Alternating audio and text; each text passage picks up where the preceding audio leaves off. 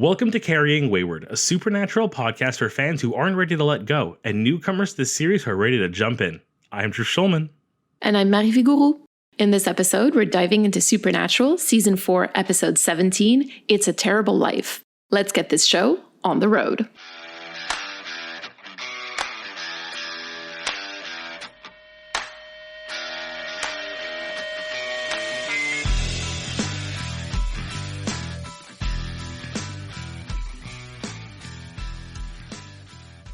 I love this title because it's such a good reference to the source material. So obviously it's a reference to It's a Wonderful Life, which is the story of showing somebody what their life would be like if they were never born. It's weird to call this It's a Terrible Life when they're kind of living, well, Dean at least is living a more normal life, and that's terrible apparently. It's just kind of like a weird sense of irony. At the end of the day, which life is actually terrible is truly the question. The one where you have to fight demons and wish you were dead and spend 40 years in hell and have to torture people. Anyways, shall I recap this weird one for us? I would love that. Let me count you down. 3, 2, 1, go. In this week's filler episode, we are introduced to Dean, who is a business dude in a business job with a business suit and a car and on a diet with salads. And then Sam, the IT nerd, and they're not brothers. And then there's a ghost in the building and they seem to have a knack for hunting this ghost. So they hunt this ghost. And then it turns out this whole thing was a weird setup by another angel who ends up being Cass's boss to prove to Dean that he should have been a hunter the whole time. That's it. I feel like I've apologized on filler episodes before being like, yeah, but we had like a this, or it was worth it because of that. Did we really get anything this week? Well, I will argue that we do get something. We get something about Dean this week that I really enjoy and I'm excited to discuss. Oh, I'm so excited. From a larger story perspective, we get to meet one character who basically just proves to us that he's kind of a jerk already. Great. From a larger story arc perspective, we really don't get much, but I think that we do get a little something when it comes to Dean, and I'm so excited to get to it. But first, let's jump into the long game. So like you said, we meet Sam Wesson and Dean Smith. Obviously, you get the reference to the names. Yes, they're gun names because they can't be a Winchester, so they're Smith and Wesson. And while we never see those two characters again, the analysis of Dean Smith is still very much an active part of how the fandom understands and characterizes Dean Winchester. Like I alluded to before, I know we're going to talk about this, and I'm excited. So Dean says that he doesn't believe in destiny, which we really have to keep in mind. This isn't the first time the lack of faith in destiny or destiny not existing. I believe in the episode Faith, it's brought up. It's brought up there. It's peppered in the first 4 seasons, but now we're really kind of getting into the meat and potatoes of it. Ghost Facers make a brief appearance. Sorry, what? And even in this alternate reality, they still hate the Winchesters. I love that, but I will admit, a very powerful narrative tool because it allows us to understand right away that the Winchesters do canonically exist in this world. This isn't an alternate dimension where they don't exist. It starts us as an audience building up of, oh, okay, we've seen alternate worlds. What kind of world is this? We're now narrowing down. I thought that was brilliant. Thank you. Exactly. It sort of eliminates the Jinn possibility. And even maybe the trickster possibility, like...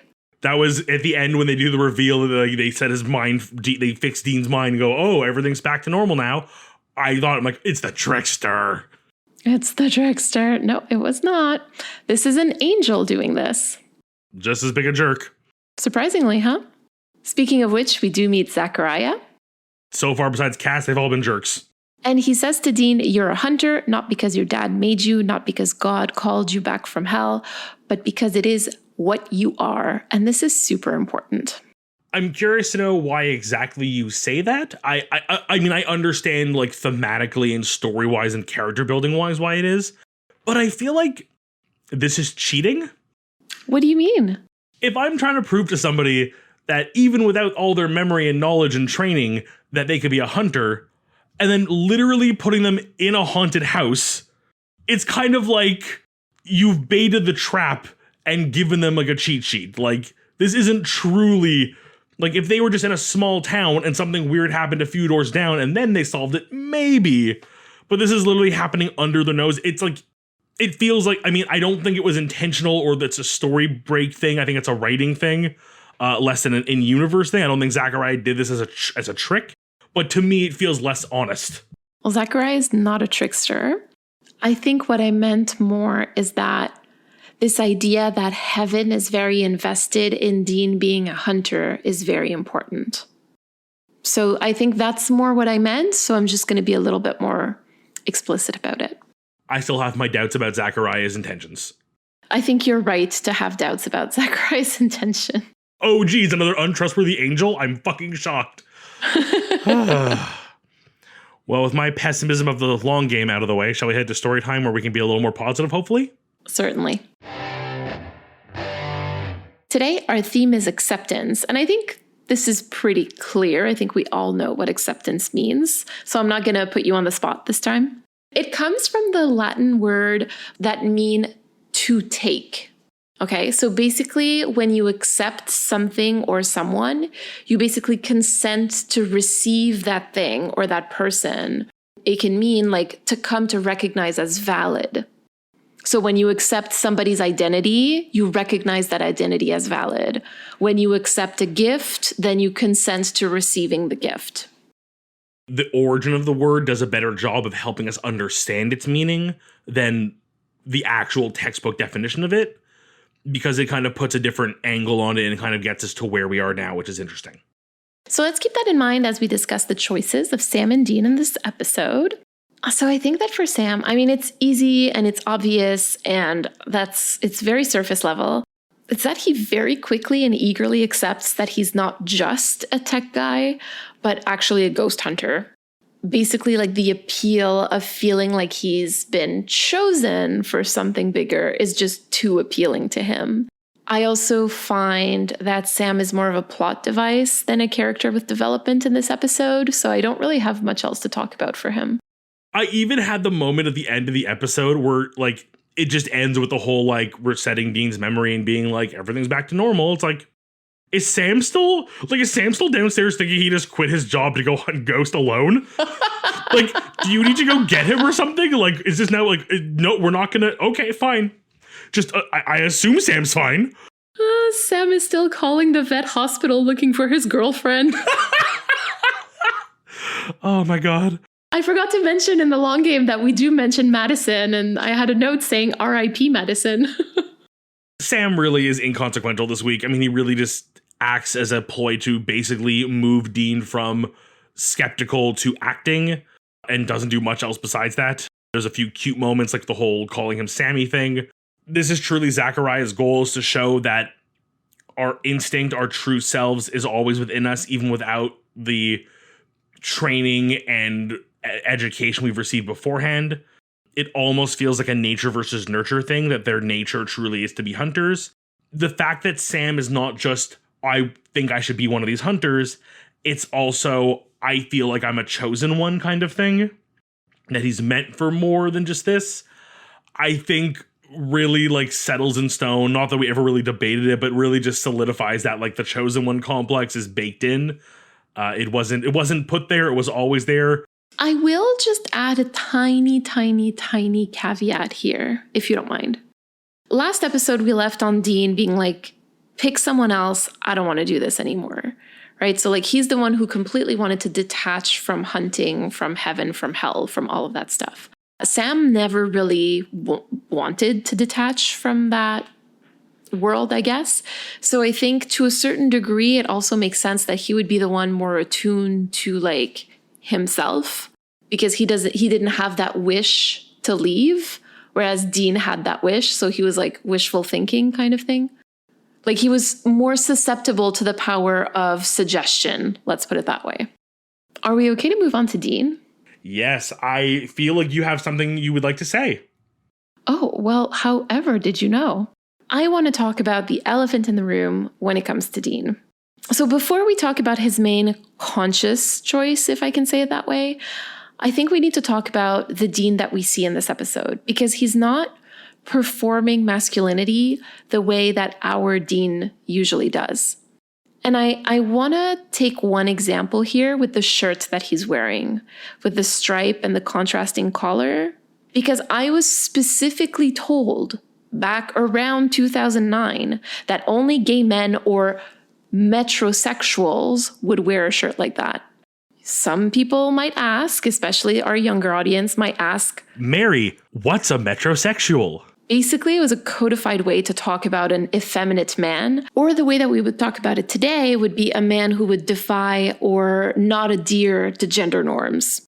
I'm picking the shirt example, but it's really everything else. Like his hair is perfectly manicured. You know, he's got gel in his hair, which he would never do like in our universe. He drives an electric car, he eats salad, he's on a diet, and all those things, like separately or together in 2009 would have been enough to make the dudes around him like look at him and be like, what is he, gay? And the way that he tells Sam to like save it for the health club, like he thinks that Sam is flirting with him and he's like, not here, not at work. But also not even like not here, not at work, but at the health club, a place where we have all accepted men can flirt with each other.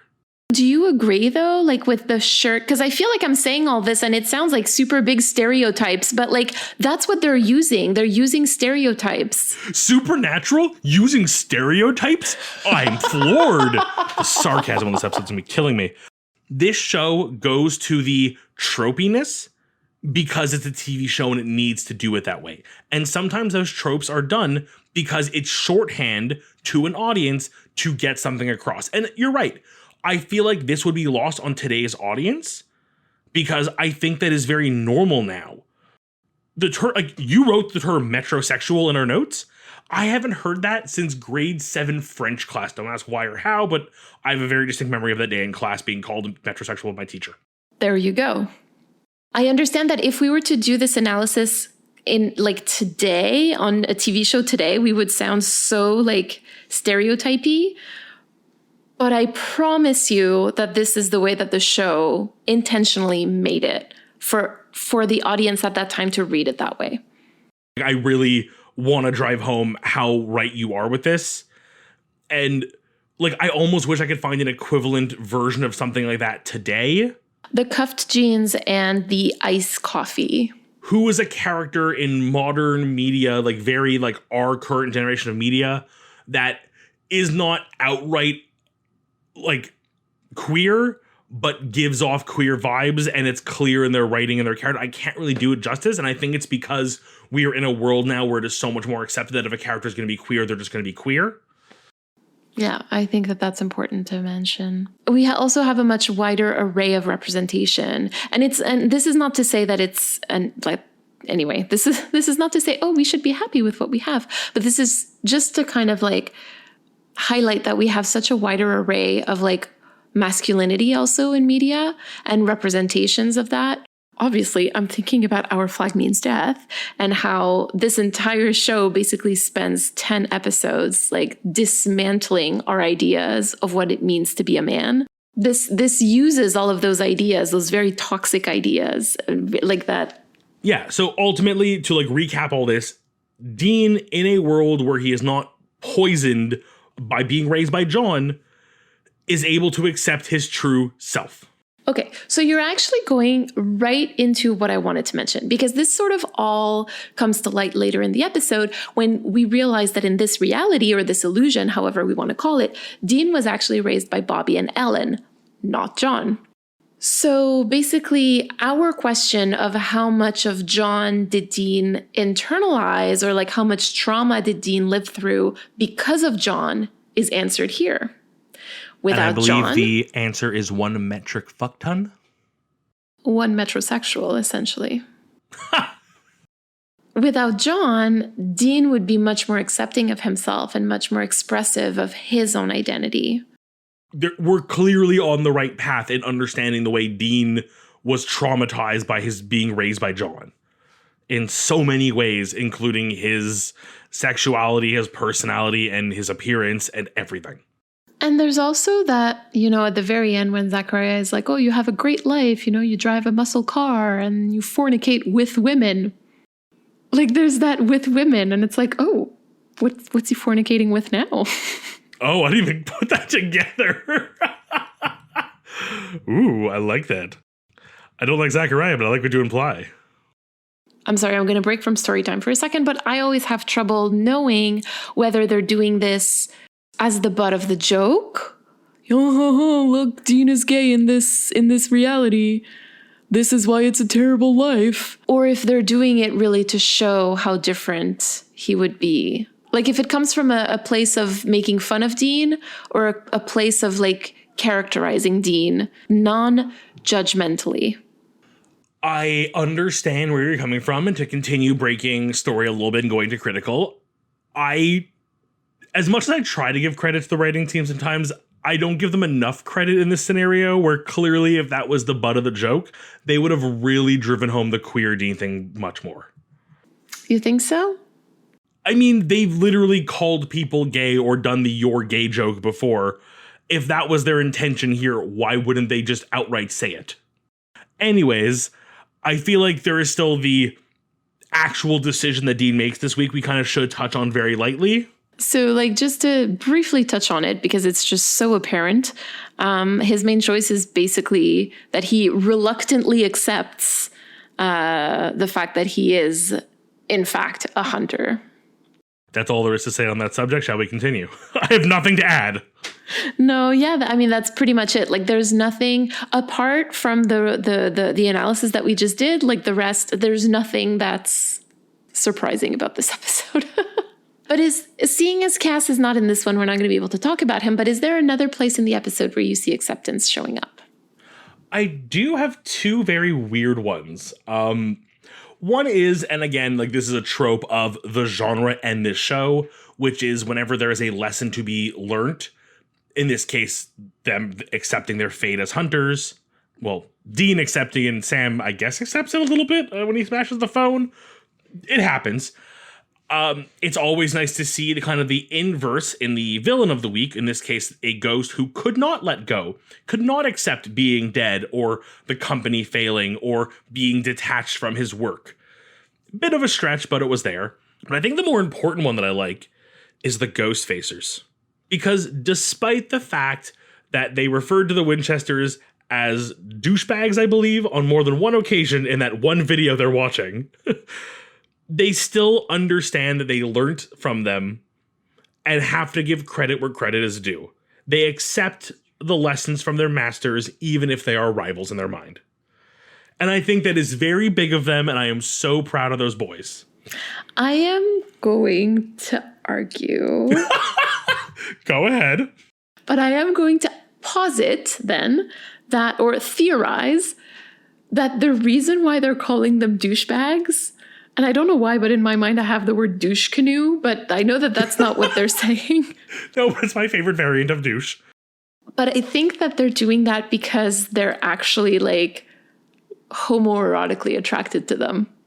There is like a homoerotic energy between them in general, I think. And I think we discussed that last time they were on the episode. But when he calls like Dean Chiselchest, like, that clearly they like them, right? It's. I think I referred to it last time with Dean when he was in Yellow Fever, when he was flirting with the clerk at the police station, where he's like that. He reverts to that, like that childhood level of like, make fun of the one you like because it'll get attention, but you don't have to admit anything. That's what they're doing about the brothers. Well, there you go. I think that's kind of what I'm trying to say very clumsily. But I think it was said very well. Shall we head to critical time? Let's. This episode was written by Sarah Gamble and directed by James L. Conway. This is his first Supernatural episode, and there are 3 more to come in season 5. Interesting, because I will admit, as much as it was a filler episode, and I think on a rewatch I probably would skip, I'll be very honest. It was a very, pretty isn't the word I want here, but visually pleasing episode. There's something about like making The Office, like the color choices in The Office between the different floors, when they're in like the haunted office, there's like everything feels very detached but samey. It's a weird level of impressiveness I have with the visual aesthetics this week. Yeah, I agree. It was a very pretty episode. I mean, hey, Sarah did a good job this week. I laughed out loud multiple times at the tech support jokes, the IT world stuff. She has a track record for quite a few episodes that bring out Dean's queerness. I think this kind of fits right in. Would you like to tell us a little bit of lore this week? I would love to. I know he's dead. I know the shadow of a man I catch in the hallway every night isn't his. Do ghosts even have shadows? Not the existential question to be asking right now. I've looked up ghosts online, at the library. I even asked that Wiccan girl in my math class about, but nothing really helps. The smelly bag of potpourri from Becky in math class especially so, but nothing. It's been almost a month. I'm not even startled when I catch a glimpse of his decaying face in the mirror whenever I close a medicine cabinet or when I wake up to him floating above me in bed. But, I am heading out of town this week. And I do realize I will be passing by the graveyard where he's buried. Should be pretty late when I get there. And, I do keep a shovel in the trunk just in case. Maybe that burning a corpse thing is right? At this point, I'm just fed up of seeing him, and this doesn't even seem that crazy of an idea anymore. I felt like I had to celebrate the fact that finally, again, it's been a little more common that burning the remains has solved the problem, whereas I've made fun in the past that it very rarely does. There's almost always something they're lingering to, or it isn't the right body, or some combination of those. But it's interesting that that's, again, in a lot of cultures comes up as a way of dealing with remains. It's why a lot of cultures burnt bodies rather than burying bodies, was to prevent the corpse from coming back one day. Mm-hmm. I think we all have the I'm not about to say these words out loud, but we all have the romanticized image of a Viking funeral. For listeners who aren't aware, this is where they set your body out on a raft or boat of some sort and then fire a flaming arrow into it. So a cremation at sea. Just saying right now, if I had my choice of how to be sent off, I'll take it. You know what? Ghosts are an interesting character, and though this week's spirit was not by any means special or unique in any way, he was just kind of an old ghost. Kind of cliche. I thought it was just fun to sort of talk about ghosts a bit. I think that's kind of the whole point, right? This was a run-of-the-mill hunt. It couldn't be like the master boss of all of the ghosts, right? Please, I want fan art of the master boss of all the ghosts. I don't play video games, okay? It just sounds like something your son would say. It's how your son would describe like the big bad in a video game almost. I love this. Would you have anything to share with us this week yourself, please? This episode sort of brought me back to our analysis of 220. Which was what is and what should never be. Because both episodes are sort of designed to show Dean in a world where he isn't a hunter. And I find it fascinating narratively that in both of these episodes, John is either dead or non-existent. Because they could say, oh yeah, my dad, John. Like, no, John is either dead or just does not exist. In 220, the world is supposed to be like calm, quiet, and sort of idyllic, in a perfect reality that's been designed to basically keep Dean calm and passive for the djinn in the djinn's den. In this episode, the world is also supposed to be like calm, quiet, and somewhat like boringly idyllic. Basically a reality that's been designed to make Dean feel bored and want to hunt. And I also find it interesting that in season 2, like Dean is having a really hard time because John died at the very beginning of it. And he leaves him with this big secret that if he can't save Sam, he's going to have to kill him. And 220 sort of gives Dean like renewed energy to go into the season finale. We're getting pretty close to the season 4 finale. Sam is drinking demon blood. And Dean's eventually going to find that out because he doesn't know that yet. Is this the time where if I can't save him, I'll have to kill him comes back? Fuck. Was this all a ploy just to ask me that question? Yeah, essentially. Why are you so good at this? You're not the only one who can tell stories, Drew. No doubts. Okay, so first things first, you threw me for a loop because the first thing was the idea of like, oh, right, this is kind of like a revitalizing his hunter spirit into a finale. That's a really smart move, and I didn't even think about it, but it makes sense that he's now going to go back to hunting and just feel a little more invigorated. I also have the question now, is he going to, I mean, he'll remember this whole scenario. Will Sam remember this whole scenario? Anyways, I digress. Obviously, he's going to find out about the demon blood eventually, and I would have assumed it would be this season. Oh God, how is Dean going to take this? If I didn't know you, I would want to hunt you. Stop putting Dean's words in your mouth. A weird sentence, but you know what I mean. I'm holding myself back from saying something else right now. I will let our listeners fill in the blank there their own way. And you've seen our listeners. Oh, no. To bring it back, though, what I will say is I definitely understand there will be a hell of a confrontation when this happens. But I feel like Dean is so last resort when it comes to the idea of having to kill Sam. Like, yes, he's trying to think he's prepared for it. I still don't think he is mentally there, especially after his time in hell. I think he will see this as the moment where he has to now make that decision more clearly, but he will keep trying to save Sam because it's never too late. And you think that Sam drinking demon blood, he's going to be okay with that? Oh, God, no. He's going to go back to hating Ruby. He's going to be super pissed at Sam. I'm willing to bet we'll have some like time apart early in season 5 before they come back together for whatever reason. But I genuinely think he will see this as something he can still save Sam from. Like, it's almost like when you keep, like, I know we hear this when we talk about arguments, and you keep moving the goalpost to make it harder and harder and harder to fail.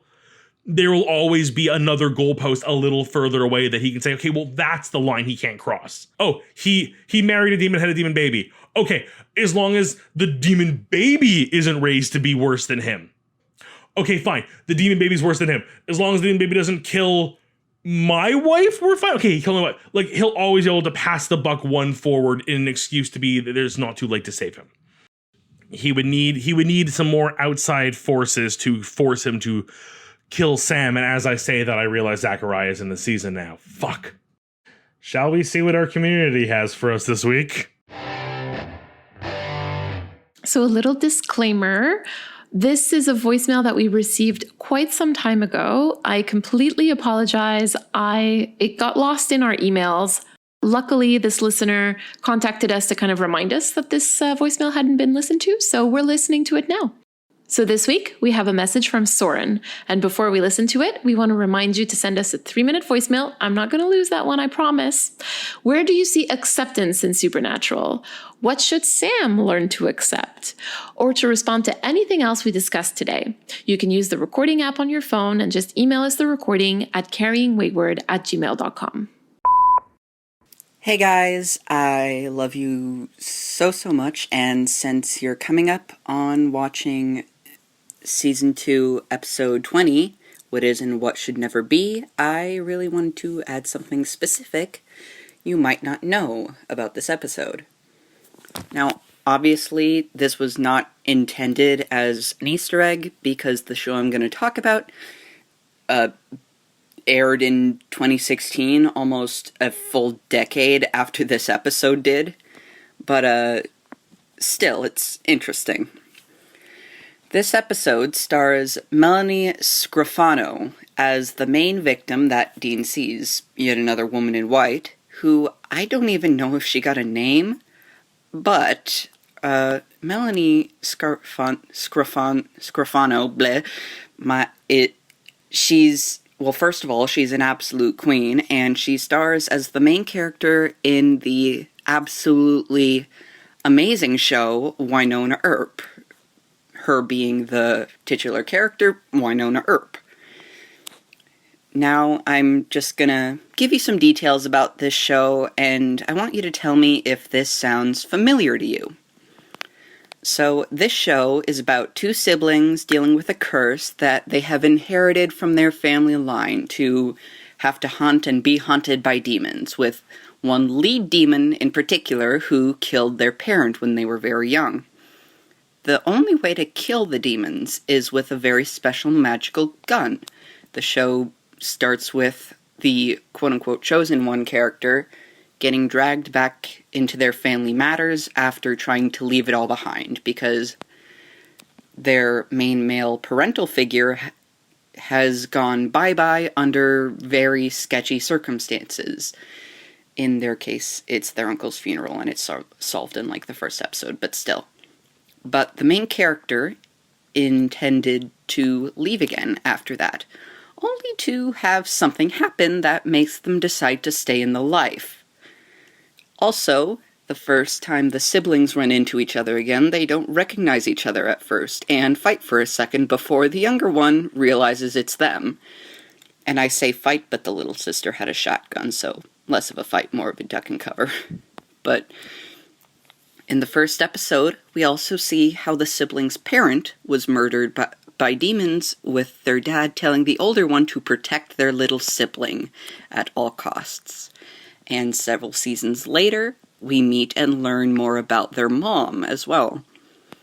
The chosen one character has brown hair, with their sibling having dirty blonde. The older sibling is masterful at repression and deals with their trauma through sarcasm, alcohol, and sex, and does not have a particularly good relationship with law enforcement. They are usually seen in their leather jacket and a necklace that means a lot to them. They cannot process their emotions for shit and often work their body to the bone, because fighting these demons and monsters makes them feel useful. If there is one person in the entire world who matters to them above all else, it is their little sibling, who is absolutely the most important thing in their life and the only person that they really trust. Until they meet and fall for an immortal dark-haired man with a penchant for really raggedy-ass formal wear. The younger sibling is a sweetie pie who has a much easier time relating to most people and is very much a bookworm, though can absolutely handle themselves in a fight. Now, the shorter sibling, who has dirty blonde hair, is definitely totally 100% heterosexual. Until, of course, they meet someone who is super gay for them, and the person starts out in the know, but, like, not in the life, until getting really close with the siblings, but especially the aforementioned blonde sibling, who the person absolutely adores and once again is super gay for, but they do everything they can not to push them because they don't want to make them uncomfortable with their feelings for them because they care too much for them. However, the person actually ends up making the sibling realize how much they actually deserve to be treated right and not have to put up with the conditional, oppressive love that they are used to from the main man that is in their life. There's also this super dorky little sibling figure who they meet a little down the line, who's a tech genius and very openly gay and gets along especially well with the blonde bi sibling, and they have major MLM woman love woman solidarity vibes. They have a local older man who was honestly more of a father to them than they ever had on their own, and along the way, even though the writers didn't intend to at first, angels are introduced. They fight vampires, a few ends of the world, some random human assholes, and the bi-sibling briefly has a super gay thing with a quote-unquote good demon while they're kind of going through it. The soundtrack is absolutely fucking gold. It's a monster of the week, some episodes, but larger plots others. Plus, it's a western, and like, we all know how Dean feels about westerns. How he feels about cowboys, especially Doc Holliday, who is a main character in the series. And also, minor spoilers for Drew, but Missouri's granddaughter, Patience, is also in the show and plays a lesbian. So, not to mention the town they live in is literally named Purgatory, and there's so much more just incredible stuff. I wouldn't even bring up, for like, spoiler's sake for Drew, but the entire show is literally just gender-bent Supernatural if it just completely embraced how cheesy and gay it is, because it is really gay. And yes, it is really, really cheesy, but god damn it, it's just so good and so fun that you don't care. Like, seriously, I suggest you both watch it just on your own, because it is, like, so fun.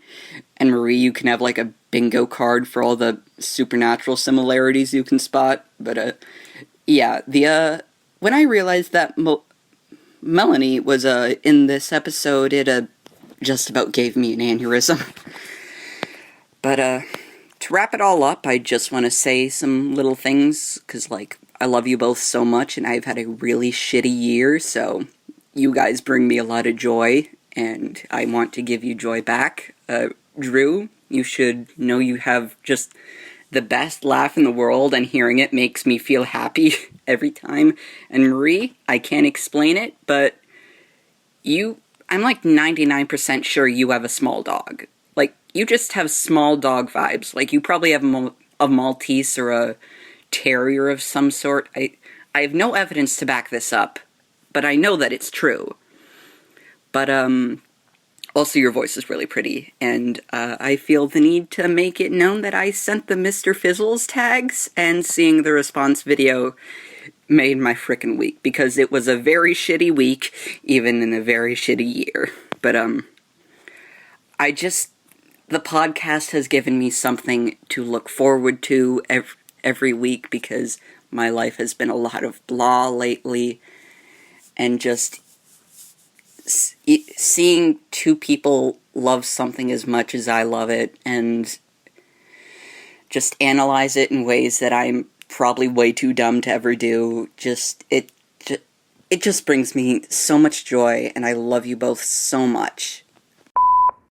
Oh, that was so good. I'm like the roller coaster of like just laughing at the idea of literally you perfectly describing gender bent Supernatural. Like, I'm loving what we're doing. Why are we watching this instead of that show? Right, I know. I was like, maybe we need to watch Wynonna Earp.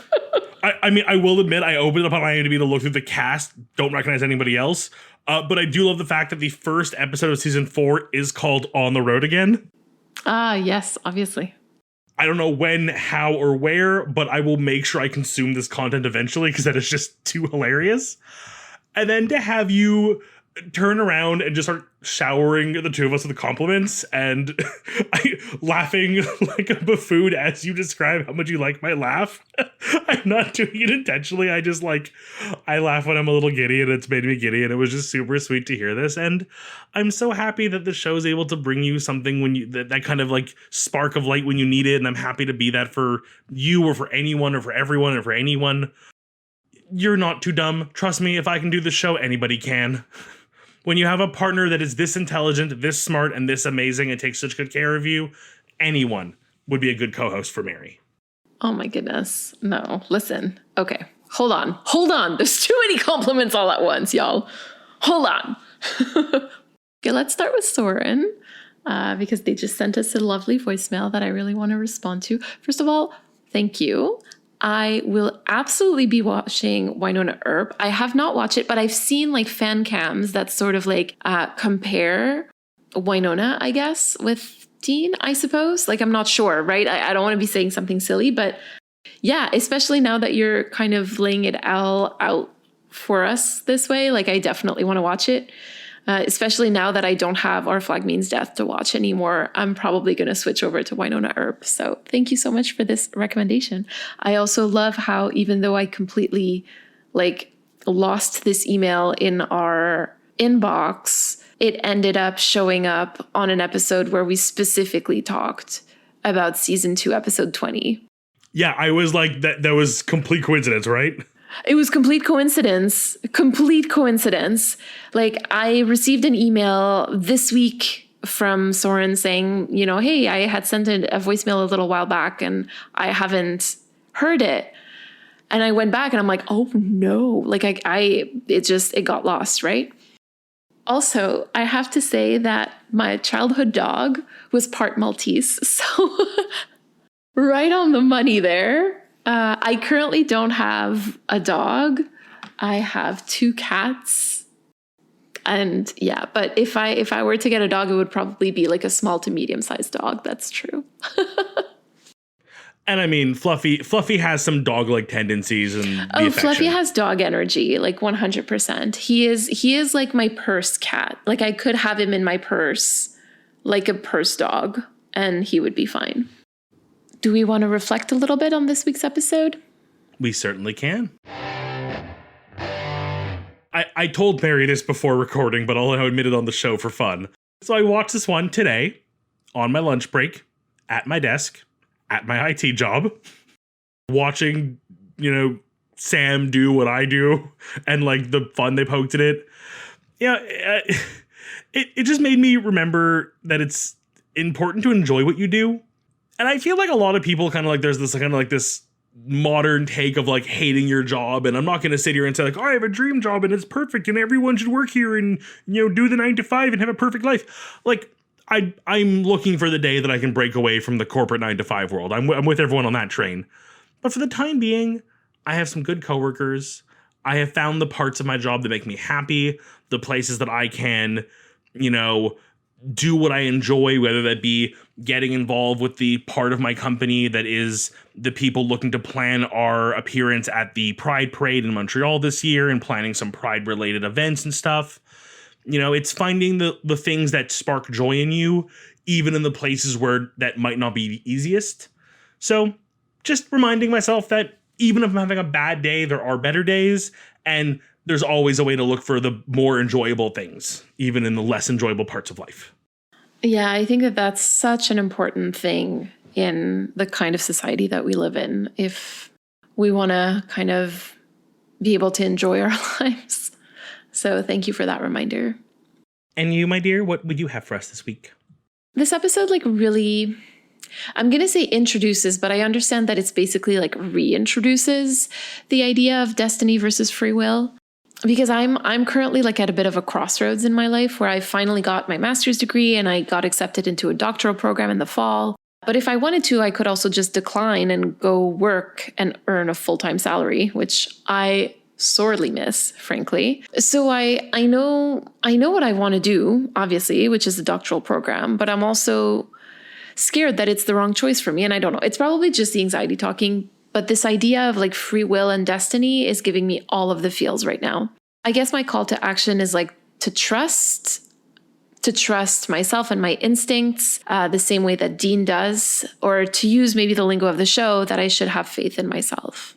Well, I have faith in you, so. Thank you. Yeah, it can be tough when you really hit those crossroad moments and you have that really like clear opportunity to see the delineation of the choice you're about to make. This isn't like I wish I had done X, Y, Z and things may have been different. This is, I can either go this way or I can go that way. They're going to have different outcomes. I can't 100% foresee and know, but I have to choose. It's tough. And I'm just going to say it again, that every time I see you take the path that I consider the higher path, the greater path, it inspires me. Thank you.